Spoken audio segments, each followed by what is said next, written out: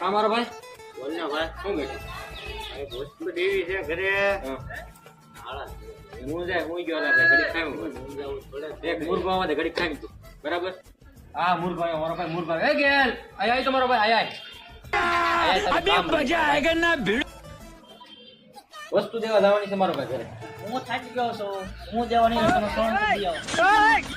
કેમ મેં કીધું ને તારું કોઈ કામ ન કરે હો. મારો ભાઈ આબરૂનો સવાલ છે કે તારે દેવા તો જવું જ પડશે અને આમ જો અમારા ગામમાં ગેલિયા જેટલું તો ફાસ્ટ કોઈ ધણી ન હોય. અરે એક મિનિટમાં દઈ દે એક જ મિનિટ થયો આબરૂનો સવાલ છે મારો ભાઈ. લઈ લે